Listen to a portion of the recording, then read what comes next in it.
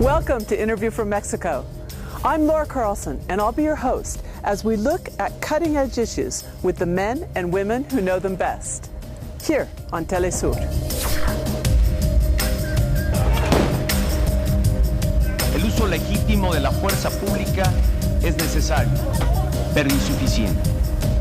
¡Luchando! 20,000, 26,000, 50,000, 100,000.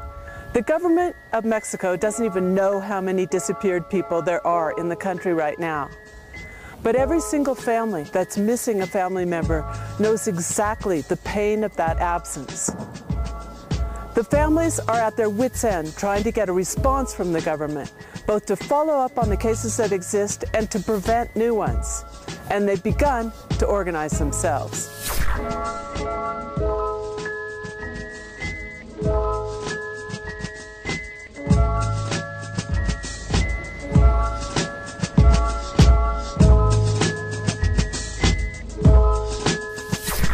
We're here in Casa Xitla in southern Mexico City to talk about the thousands of people who have disappeared here in Mexico. And no one can talk about it with more authority and more experience than the victims themselves, the people who have suffered the loss of a loved one. We're here today with Maria Herrera. Maria has lost 4 sons who were disappeared in the last years. Maria, thank you very much for being with us here today on Interview from Mexico. Also, we're joined by Maricela Orozco, whose son was disappeared, and another son and son-in-law were assassinated in the state of Veracruz. Maricela, thank you for joining us here on the program. To start, Maria, I wanted to talk to you about the case. If you could just describe what happened to your 4 boys. Claro que lo haré, aunque of course, yes. Although I want you all to know, I want you to take into account that for us, the mothers, the relatives of the disappeared people, it's very painful to be explaining, repeating constantly the story of how our children were disappeared. Around these dates, my first 2 children were disappeared. Raúl El Salvador, en Atoyac de Álvarez Guerrero, along with 5 other friends, Rafael Cervantes Rodríguez, Fabio Alejandro Higadera Viña, Luis Carlos Barajas Díaz, José Luis Barajas Alcázar, Joel Franco Águila. That day was a terrible day, as it is for all and every one of the families that have experienced this tragedy. It's very painful to have to repeat it. I repeat it continually, but we have to do it. Why? Because it's a way to ease our burden of pain that is drowning us, that makes us feel asphyxiated. On the other hand, to call upon society's conscience, so that they know that this terrible pain that is bearing us, that is consuming us, could arrive at other people's homes, something we want to avoid at all costs. And Maria Herrera, I really appreciate the courage it takes to be here with us today, and that you've shown all this time at the forefront of the movement of relatives of the disappeared, knowing how hard it must be to talk about and how hard it is to live with this pain. It is very painful, very difficult, but also we know and understand that we need to dignify this pain. And we are looking for the way, the form that we can do so by starting our groups.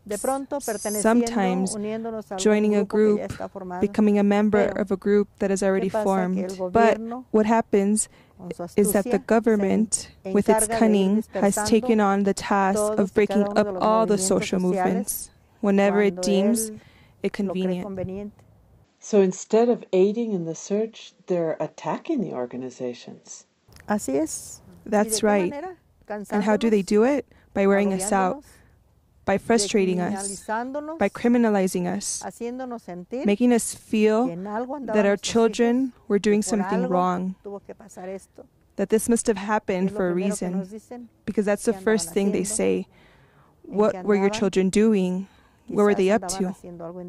Maybe they were doing something they shouldn't have been doing. In other occasions, they just say, well, look, your sons were in the wrong place at the wrong time. As it were their fault. And Doña Mari, after the disappearance of your 2 sons in Guerrero, what happened to the other 2? Well, my sons were already feeling tired. I prohibited them strictly from going out on the street because I was afraid that the same thing could happen again. They made an agreement together after exactly 2 years because they had their wives, their kids. They had obligations that they needed to fulfill. They waited until I went to Mexico to see how the investigations into my first 2 sons were coming along, and they took advantage to meet as a family and decided to go back to work. They felt safe because they weren't going to the same place where the brothers had disappeared, because they said that it was the eye of a hurricane in Guerrero. So they decided not to go there. They went out to earn a living, according to them, with the goal of helping me with the search for my other 2 sons, because we no longer had any resources. I had to travel alone because we had exhausted our resources. And the day they decided to leave, they left and they didn't come back. Up to today, I haven't learned anything about what happened to my other 2 sons, Luis Armando and Gustavo. They went with one of my nephews, whose name is Jaime López Carlos, and the husband of my granddaughter, named Gabriel Melo Ulloya. They never came back. Once, when I heard them talking amongst themselves, they told me, "Ma, we have to leave. We have to keep looking for our brothers, and we have to support our families. The same thing won't happen to us, Ma. Rest assured, because if we realize that we are being followed, we'll speed up. And we will feel that they are close to us. We'll stop and stay where we are. You won't suffer the same thing again, Ma, because you know where we are. I want you to know, Mother, and my other brothers to know, that the people who are following us will have to stay there too. And we'll find out that they were following us and who was following us." Unfortunately, it didn't happen like that. They searched my sons, they stopped them at a checkpoint to search them, and they trapped them unawares. They stopped them to search their belongings, and they took them away from there. The coordinates indicate that it was in Veracruz, before they arrived in Veracruz. So the last that you heard from them, they were in an army checkpoint. Yes, a few minutes before, Gustavo let us know. He talked to his wife and told her that they were going to be late to Vega La Torre because there was a bridge out and they had to turn around. But it was there that they got taken because there was no longer any response. We didn't hear anything from them after that. Maria, thank you very much for telling this story, and I know how hard it is. And we're going to go to a short break now, and then we'll come back. We'll be back after a short break. ¡Escucha! ¡Tu madre está en la lucha!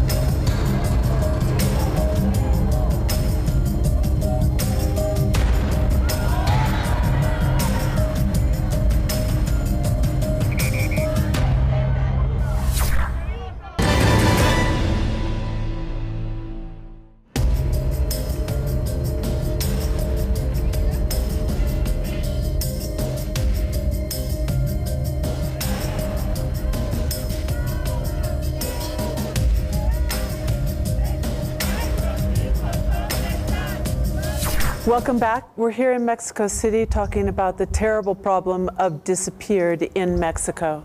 We just heard a case that's become well known on the national and international level, the disappearance of Maria Herrera's 4 sons. Now we're going to turn to Maricela Orozco, our other guest, and ask her what happened to her sons. Maricela, can you tell us what happened to your boys in Veracruz? Well, my son, Gerson, an architecture student, 19 years old, left the house one day to meet a friend at 9:30 in the morning, and he didn't come back. At 11 in the morning, they called us and told us that they had kidnapped him. They asked for money. The ransom was paid. It was paid at noon, in the afternoon. At night, he still hadn't come back. My husband and I were waiting at the place that they were supposedly going to let him go, while my son and his girlfriend were waiting at the house to see if he arrived. My daughter and her husband waited at their house to see if he came home some other way, if they had let my son go and he was coming to one of the houses. Then my daughter got discouraged into our house. My husband and I were waiting at the place where supposedly they were going to let him go. Then, later in the night, like around midnight, a supposed friend of my son went to our house, and my daughter was already in the house with her husband, and this guy told them that he knew where my son Gerson could be.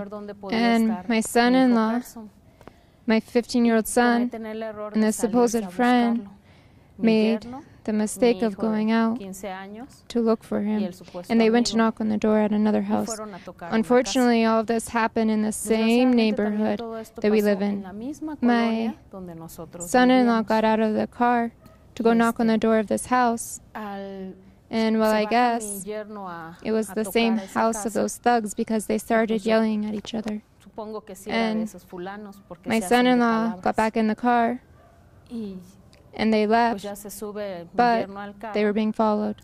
And my son-in-law got back in the car, and they left, but they were being followed.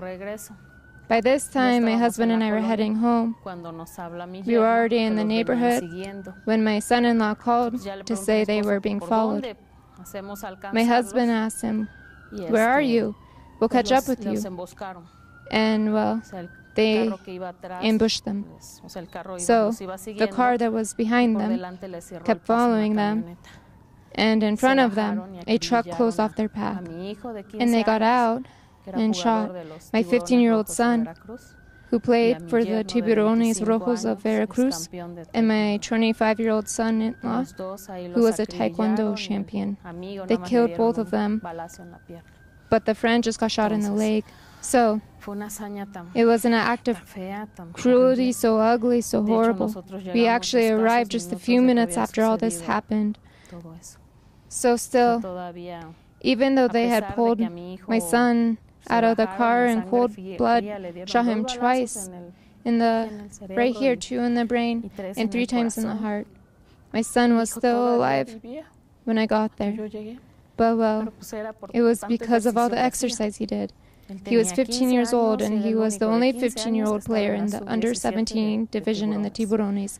They had dedicated their entire lives to sports, but the kidnapped one and the one was killed. They were both in the Tiburones Rojos. They dedicated all of their time to sports and to studying. Well, these cases are just shocking. What's the government doing about it? Hasta la fecha, so far, ninguna. Nothing. Se están organizando. They say they're organizing. They don't have the personnel. Many times they have said that they don't have resources, that there aren't officers or personnel to be sent to the field. They even told us that later that the officers they have, that the majority of them are working as bodyguards, that they've had to cut back on the personnel, because there are no resources, because there are no, well, human resources. There's no one that can go out and look for our children. At one time, there were 4 police officers who were supposedly searching for my children. But even though these men did work, I can say they didn't. But the only thing that they did was to corroborate all the information that we already knew. Since the first day we came to make the report, we already gave them all that information. So for us, it was nothing new. There's no way to be able to bring those responsible to justice because first, we also asked for this, that they first try to figure out a modus operandum so that they would be able to have everything ready to attend to cases. But what happened? Simply nothing. It hasn't been possible. And Maricela, you haven't received much help from the government either? Well, to begin with, in Veracruz, they knew where they were. They knew because there they arrested someone and he told them everything, where they could find the individuals and everything. They went. But since the others were heavily armed, they decided not to do anything. They didn't dare confront the criminals. They just turned around and went home? That's right. Well, this is a dramatic situation, and especially with this lack of support from the government. We're going to take another pause. We'll be right back to continue our discussion.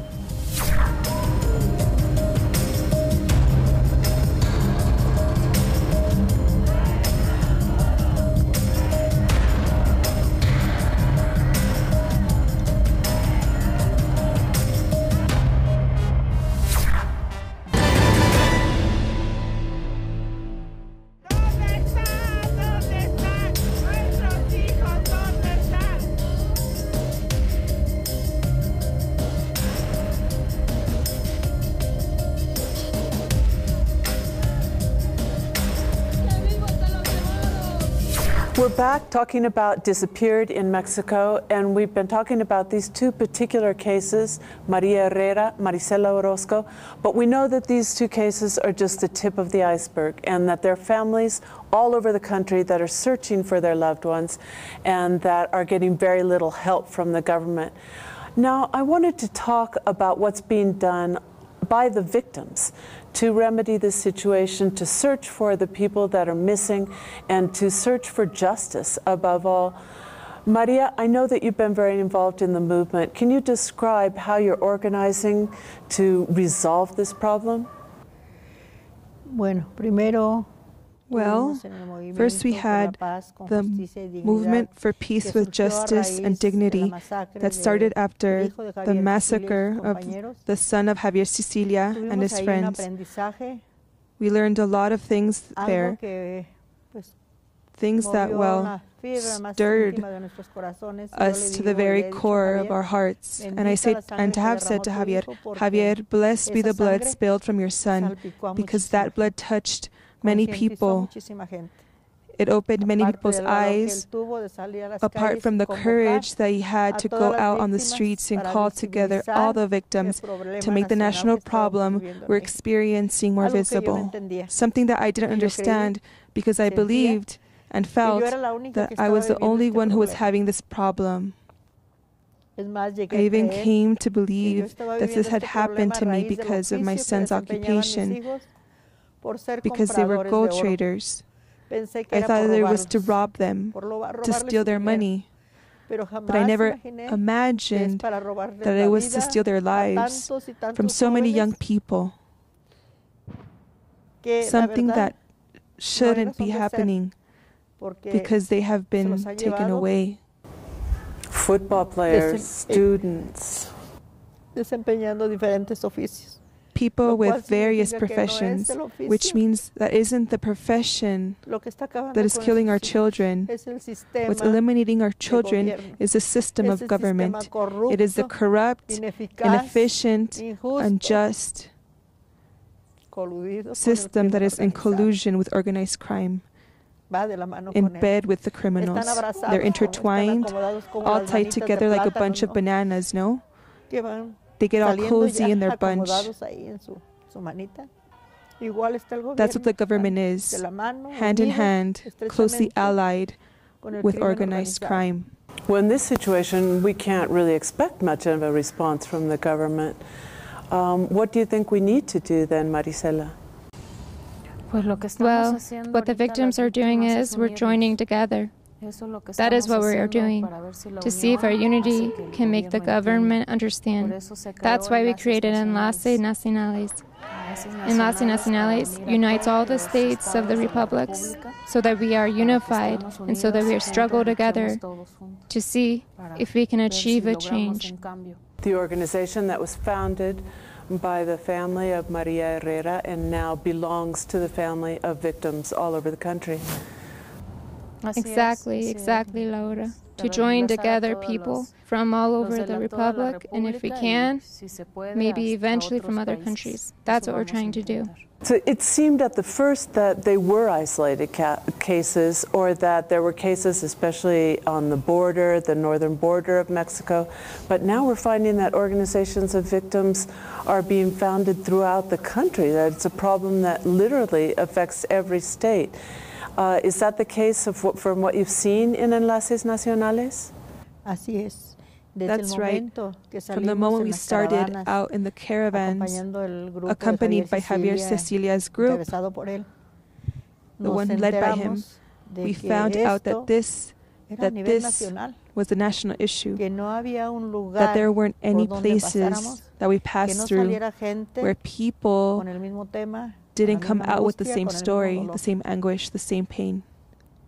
And it was there that we found out that there was not a war on drugs, as they were saying, but a war against society, a war against the family, a war against our children. Of course, there's more in some states than others where it's much more notable. But yes, it's on a national level. It happens everywhere.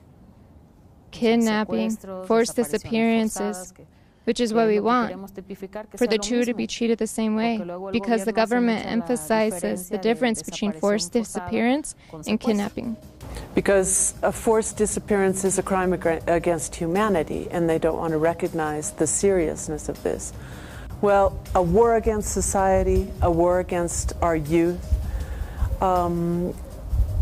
it's so important what you're doing in terms of the organization as victims. And the rest of the society, and I'm sure people throughout the world, are going to be watching and trying to see how they can support this very important struggle that you're both involved in. Thank you so much, Maricela Orozco, Maria Herrera, for joining us today on Interview from Mexico. And thank you. We'll be back next week on Interview from Mexico.